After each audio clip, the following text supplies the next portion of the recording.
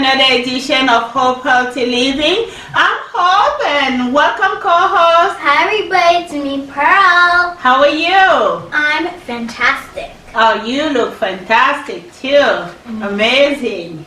Great. It's fall around here, so we are in those bright colors, right? Yeah. Yes. So today we are going to talk about something dear to our heart. Take over. Thanksgiving. It's a time we all know as difficult, sad, challenging for the world. Still, we have to take a moment to be thankful for what we have. What are you thankful for, Hope? Thank you. Good question.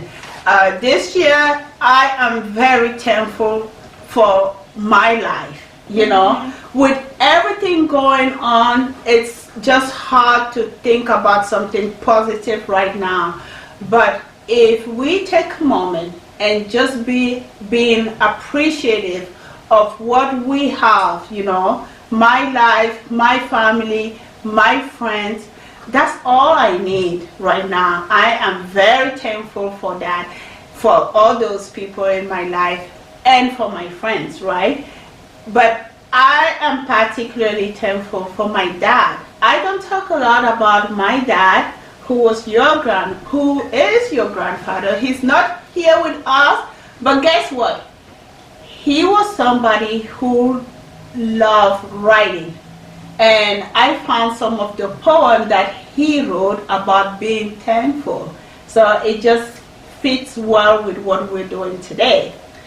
Could you read some of your father's words about being thankful? Yes, thank you. And so, my dad, he had 12 children. And so for somebody like that, you are very thankful. And he wrote this beautiful poem, I think it's beautiful, in the perspective of a mother being grateful. So it says, Mother's Gratefulness. You said, go and multiply. This is a biblical reference to God. Look what happened to me. Look what maternity has done to me. 2 of my neighbors entered the hospital with me. One left empty hands with tearing eyes. The other one did not survive. As for me, I left with a smile. Here is a kid who is playing, running, jumping, dancing, and screaming. Is it because of my ingenuity that I am safe? Is it because of my wisdom that this kid is full of life? Of course not. Lord, it's thanks to your great generosity. So I think it's a beautiful poem because he's very thankful for this big family that he had. And, he was a Christian. So he pray God and say thank you for everything that you have done for my family. And today I really reflect on that, and I'm thankful for you, for my husband, for your brother, and for all the people that we have met this year, and even people that we have not met yet, but new friends. So yes. Now let me tell you what I'm thankful for. Yes. I'm thankful for the friends in my life, the family in my life, and I'm thankful for having a home. Yes. During the coronavirus, because many people are, unfortunately, have lost their jobs and are now on the streets. Yes. And we have to acknowledge and not to take it for granted. Yes. Because it's very important that we know that we could not have been as lucky as we are. Yes. And I'm also thankful to have the basic needs to live, a home, a shelter, food, and everything. And I'm just thankful for love. Yes, thank you. And speaking about love, right? I also found this poem written by one of the writers on the Avenue. And remember, I belong to this group, and I am very thankful to the writers on the Avenue because the group, I mean, they bring so much love and passion into what they do. And you feel so welcome when you are in this group, and you learn a lot. And everything that I have done this year, with my website, being able to write and have a voice, it's, thanks to the writers on the Avenue. And to say thank you, I want to read, a few poems from these writers. Can I do that? Sure. Oh, thank you. So this poem titled Firstborn it's written by Alan Ackerman, one of the writers on the Avenue. And I love this poem because it is similar to what my dad wrote. So it's somebody just being appreciative of the gift of life, since we're talking about being thankful. Firstborn. I hold my firstborn close to me, sensing new responsibility. How can I be equipped, I ask, to carry out this fearsome task until he walks free? I gave his life to him, thinking not in lover's whim. I copy a life who I must lead. Oh, give me strength enough, I plead. I hear his cry in the night. Seek him out in the dim light. Satisfy his raging thirst, watching new sun rays burst upon my firstborn son. I think it's a very beautiful poem. And you can see again the writer being so humble. So yes, it's something that I really feel like we should be very humble at this time, because this life is so precious, right? The way he described it, yet it's so fleeting. It can stop any moment. We have lost so many people this year just because of this virus, and it's still going on. People are still dying, so we are very humble. And do you have another question, or I can read another poem? Kevin Thanksgiving thoughts. Oh, Kevin's Thanksgiving thought. Oh, thank you. One of the poems that he wrote was actually titled Thanksgiving. And in this poem, he is very appreciative of the things he has in his life. Thanksgiving.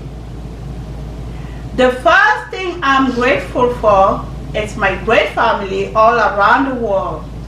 I love all my relatives and enjoy seeing them, how they live their lives.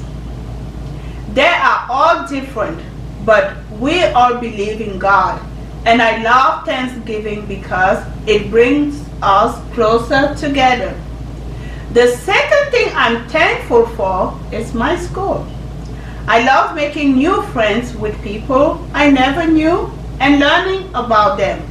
I also like learning new things, praying at Mass, and all the teachers are nice. I feel lucky to go to this school. The third thing I am grateful for is the Mississippi. I love watching the deep blue crest of the river from up on the rock. When I stand on the edge of the water, I imagine that Jesus and my grandpa are bobbing in the water and we are watching the sky. That's nice. The fourth thing I am thankful for is my parents. My mom always helps me with my homework and she is always near. My dad has always helped me accomplish my dream, both big and small. I love looking at them and seeing the Holy Spirit in them. The fifth thing I am grateful for is the sky. I love to look at the clouds and watch them move and spin. Sometimes I dream that a stairway of light descends and I walk up into heaven. That's a beautiful image. The stars remind me of the Old Testament. At first there was one star, just like there was one human. But God allowed us to multiply and thrive on earth. And again, you see the reference of go and multiply in this poem too. The sixth thing I am thankful for is the animals. I always walk through the woods on summer days. Sometimes I watch the squirrels scurry across the branches and eat acorn. And that's exactly what we're seeing right now, right, with the fall season. When I get the chance, I take my kite out into the field and watch the ladybug fly and the red-tailed house soar. I love that God took the time to create these furry friends of the wild. So here again, we see the writer being thankful for nature. The seventh thing I am thankful for is the plants. I love spruce trees, right? And the texture of birch trees is amazing.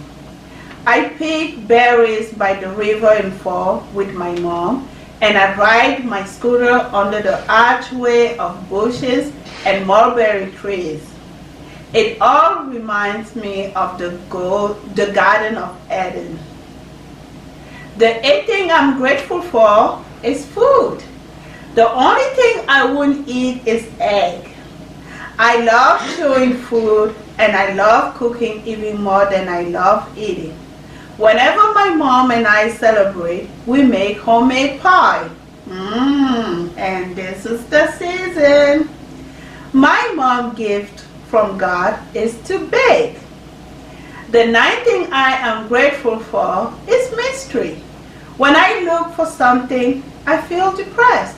But when I find it, I feel proud. I love waiting to see where we are going for Christmas. And I love the thrill of solving mysteries. And you know, right now, it just seems like life is this big mystery, right? The last thing I am grateful for is free will. I know our action cause pain and misery, but I love not knowing what I will do next. I want to make my choices count and make the world better through my action. Isn't that beautiful? And very thoughtful. And so this is really, you know, the reason why we are doing this is so that people at home can, you know, be inspired. Write your thought, you know, write about your feelings. Especially now, you know, it helps you process things that are going on. It helps you heal. And we love writing in this family, and that's why we're sharing with you. If you like what we are doing, please subscribe, like us, and so we can continue making videos like these ones, right? And one last poem that I would really love to read is, again, like I said, from the Writers on the Avenue. It says, express yourself. So this Thanksgiving, take the time to express yourself. Our comfortable setting with no bloodletting is why freedom of expression welcomes each John happy to macabre without a fear of rejection. Here's a chance to display if you have something to say, whether by prompt or volition. Just lay your soul naked. Words you hold sacred in act of humble submission. You may dramatize or perhaps mesmerize others with your cleverest craft. Before a small crowd, you will read yours aloud, which is what happened, we submit work and we read it aloud, and then you wait for critique. And people will tell you what to improve, how to get better, and I'm very thankful for this group. And hope that you don't sound too daft when you are reading. That will poke a big hole in the work of your soul, finding chances that you have missed, to build decent tension, and not to mention failing to put heroes at risk. These traditions, 30 years of submission of original written works, are our venue, writers on the avenue, if a writer within you learns. So this is a beautiful poem, and this is in celebration of the 30 years of this group, Writers on the Avenue. So, and with that, what can we say? Thanks for the support of all our friends, family, and fans. Yes. We can't cite everyone, but here are a few of them. I can take over, and I want to say thank you to our friends from Togo, Ghana. A lot of people have been following what we are doing. Thank you, and I think they have a word that says welcome or greetings. Akwaba, we want to say Akwaba to all our friends on the west coast of Africa. We want to say thank you to all our friends and family from Senegal, Nangafirek, that's how they say, and some people would say, when somebody said Nangafirek, do you know how they answer? No. So we're going to find out, but for now, we're going to say Nangafirek. And sometime, if you are south of Senegal, in the Casamance area, you're going to say Kasumai. Kasumai. And people will answer Kasumai Jam. So we want to say Kasumai to our friends from Senegal. And I want to say thank you to our friends from Canada and France. Bonjour les amis et merci beaucoup pour votre soutien. Et Pearl, la prochaine fois, elle va parler en français. So thank you to our friends from France and Canada. We also want to mention our friends and family from Germany. Hi, Elke, and thank you to everyone watching us from Germany. We love you guys. And with that said, it's time to wrap up the video. So you guys, please, if you like our videos and you like what we're doing on our website too, like, subscribe, share, and also go down below and comment on this video and watch our other videos on Invision Hope Healthy Living on YouTube and on our website envisionhopehealthyliving.com, and please check out our page on Twitter, Invision Hope Healthy Living. Thank you. We love you guys so much. Stay safe. Goodbye. Goodbye. Okay, guys, I'm back here and I'm going to tell you we need your support. Go to our website, envisionhope.com, and donate to us. The little stuff count just as much. So I hope you do that. Bye.